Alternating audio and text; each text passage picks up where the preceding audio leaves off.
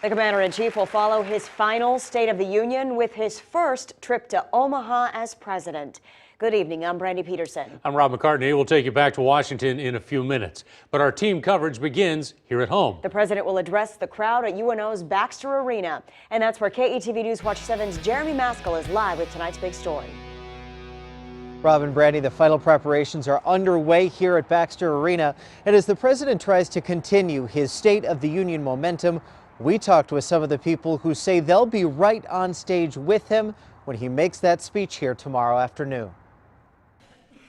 My fellow Americans. Less than 24 hours after the president assumed an international stage, he'll walk up to a podium at Omaha's Baxter Arena with Fariel Pearson passionately watching, invited to sit right behind him. How can you use your creativity and your talents and your strengths and your sense of justice to change what you think isn't fair? The UNO instructors earned national recognition for inclusive education, in part for an idea she developed after the shooting at Sandy Hook Elementary School. It's always about hurt people hurting people. So Pearson and her English class that year at Ralston High School became secret kindness agents, code names and all, anonymously, consistently reaching out to others on the sidelines. What I have to think about is what's within my sphere of influence. Well, I can control my own behavior.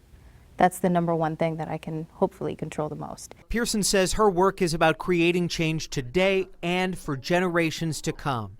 Passion she says she sees in the president, like when he spoke about Sandy Hook too. The president has enacted things that I think will help with that when it comes to gun control, when it comes to immigration issues, when it comes to Affordable Care Act, when it comes to making sure that the ignored, the voiceless, the disenfranchised have what they need, because the next Einstein could be in that group, right? The next Barack Obama could be in that group.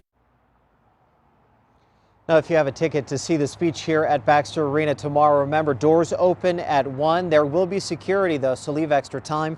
Speech scheduled to start at 4.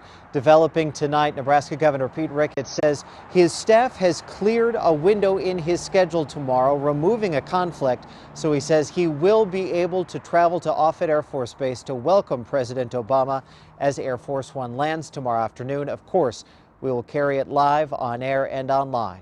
Reporting live tonight near 67th and Center, Jeremy Maskell, KETV News Watch 7.